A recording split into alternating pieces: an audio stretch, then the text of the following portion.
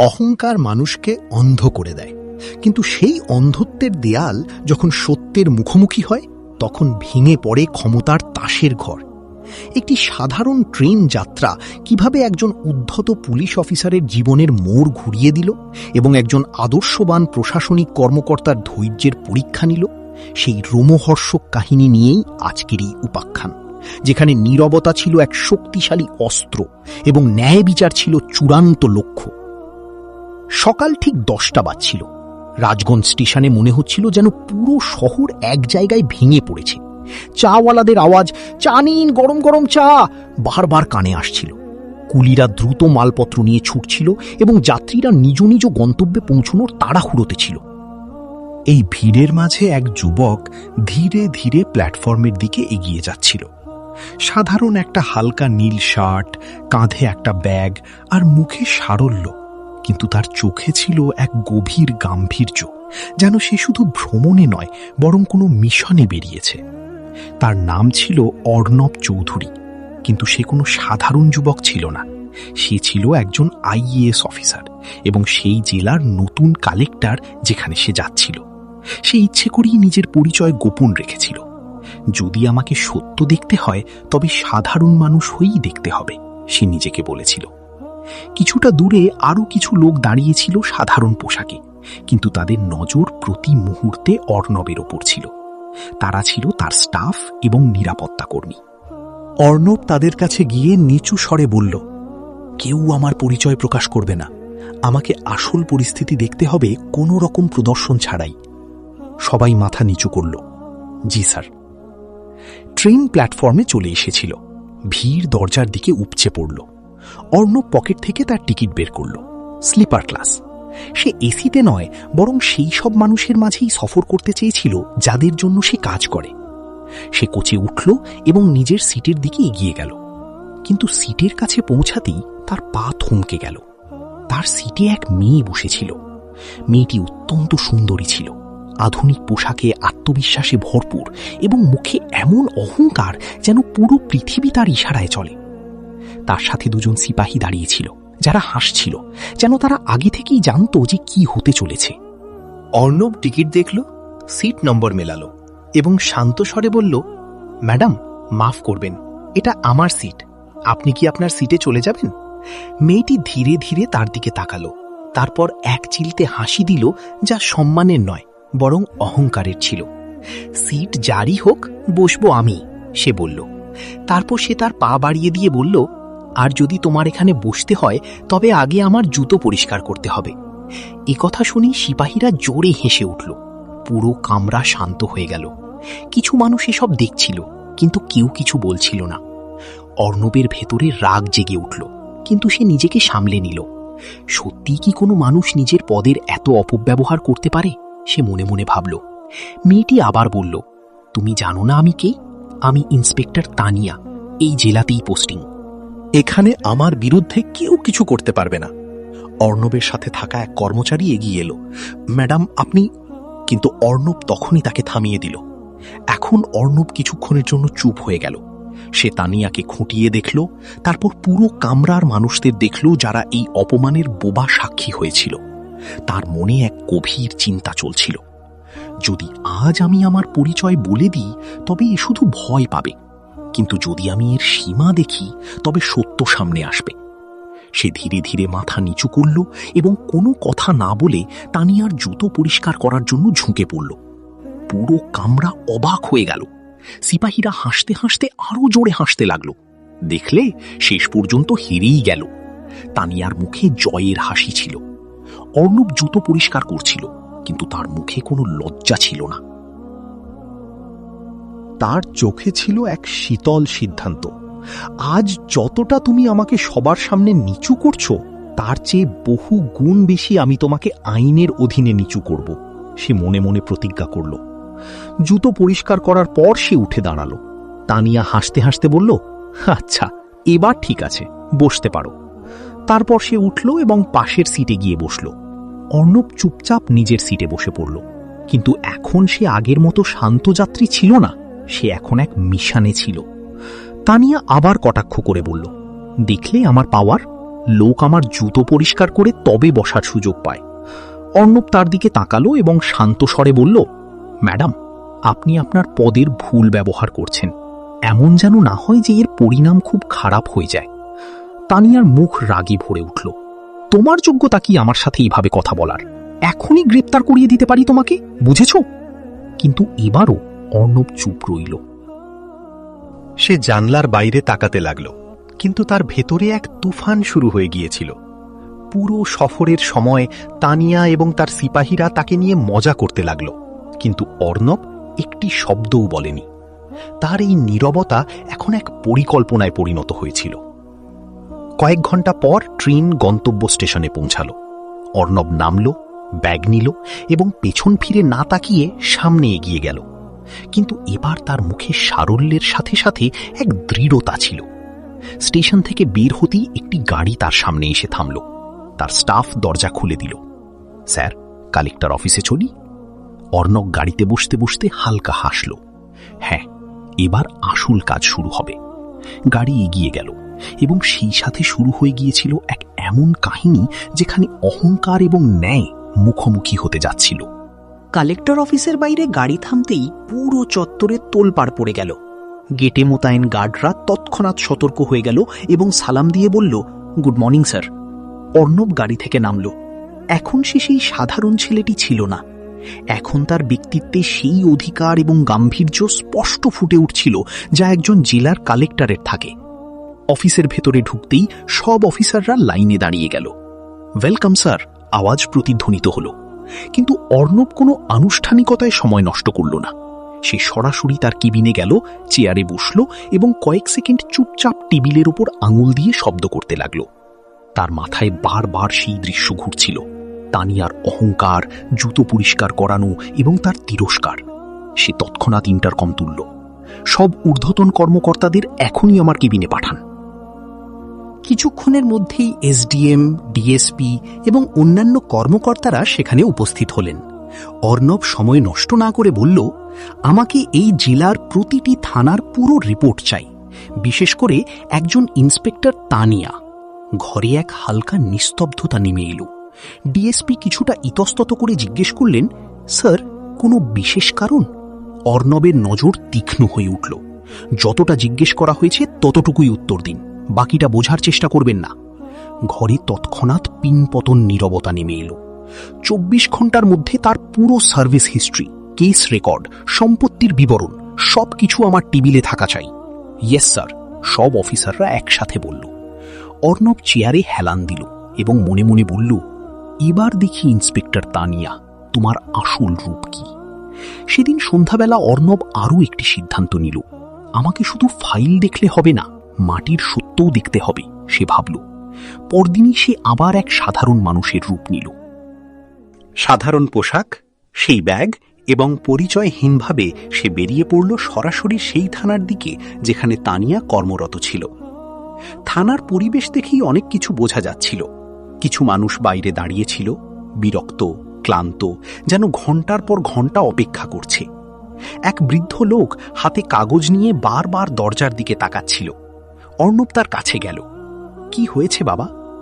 বৃদ্ধ দুঃখিত স্বরে বললেন, বাবা, আমার জমির মামলা 3 দিন ধরে আসছি, কোনো শুনানি হচ্ছে না। অর্ণব কিছু বলল না, শুধু সবকিছু নোট করতে লাগলো। সে ভেতরে গেল এবং ভেতরে ঢুকতেই সামনে সেই পরিচিত মুখ, ইন্সপেক্টর তানিয়া। সেই একই আত্মবিশ্বাস, একই অহংকার এবং একই ভঙ্গি। তানিয়া অর্ণবকে দেখা মাত্রই তার মুখে এক হালকা চেনার আভা এলো। তারপর সে হাসল। আরে তুমি, কি ব্যাপার, আজ আবার আমার দরকার পড়ে গেল? পাশে দাঁড়ানো সিপাহীরা হাসতে লাগলো। সেদিন তো ট্রেনে বড় জ্ঞান দিচ্ছিলে, আজ কি হলো?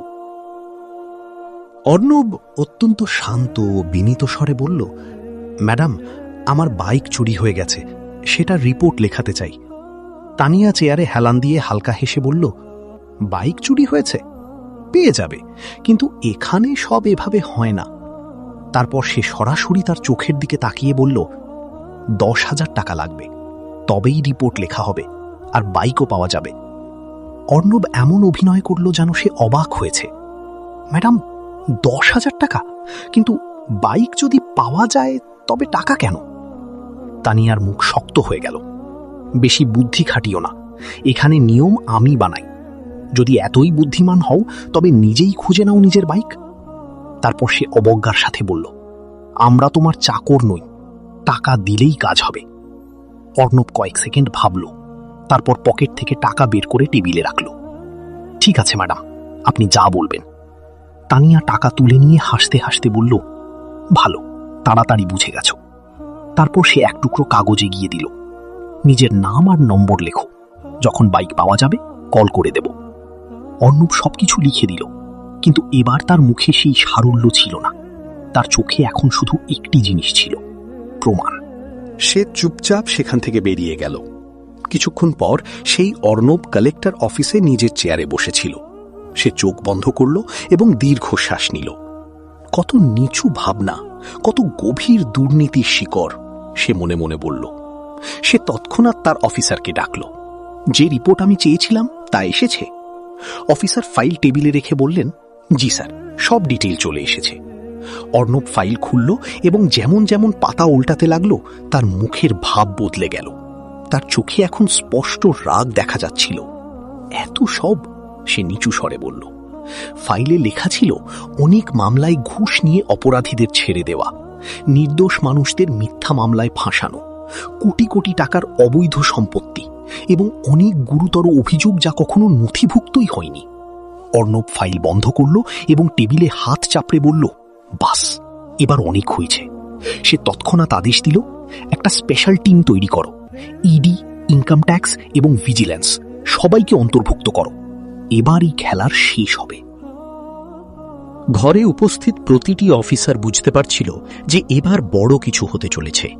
অর্ণব জানলার পাশে গিয়ে দাঁড়ালো এবং ধীরে ধীরে বলল, তানিয়া, তুমি আমাকে অপমানিত করেছিলে, কিন্তু এবার আমি তোমাকে আইনের সামনে দাঁড় করাবো এবং এবার তোমাকে বাঁচানোর মতো কেউ থাকবে না। পরদিন সকালে পুরো জেলায় এক অদ্ভুত চাঞ্চল্য ছিল। কালেক্টর অফিসের ভেতরে মিটিং রুমে অনেক বড় বড় অফিসার উপস্থিত ছিলেন। ইনকাম ট্যাক্স বিভাগ, ইডি টিম, ভিজিলেন্স অফিসার এবং জেলার কিছু বাছাই করা প্রশাসনিক অফিসার। ঘরের মাঝখানে দাঁড়িয়েছিল অর্ণব চৌধুরী।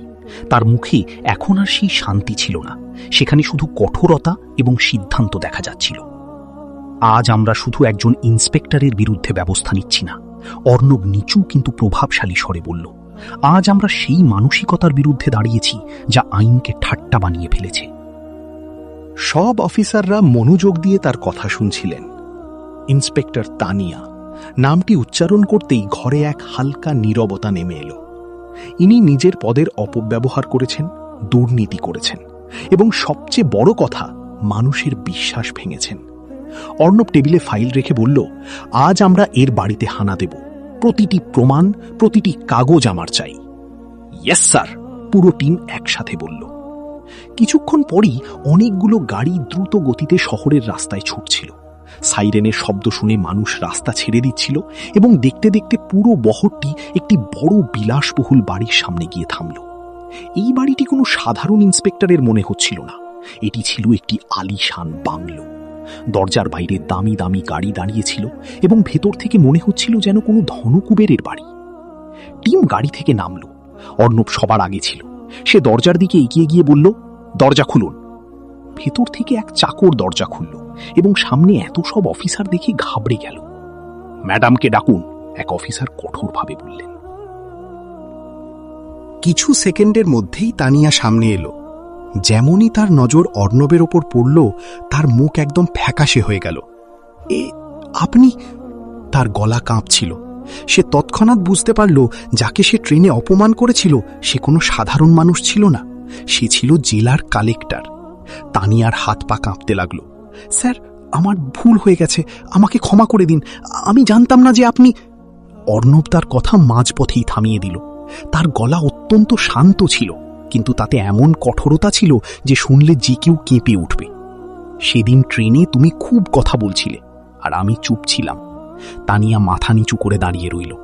আমি তোমার আসল রূপ দেখতে চেয়েছিলাম এবং আজ তা পুরোপুরি সামনে চলে এসেছে। অর্ণব পিছনের টিমের দিকে তাকালো। রিড শুরু করুন।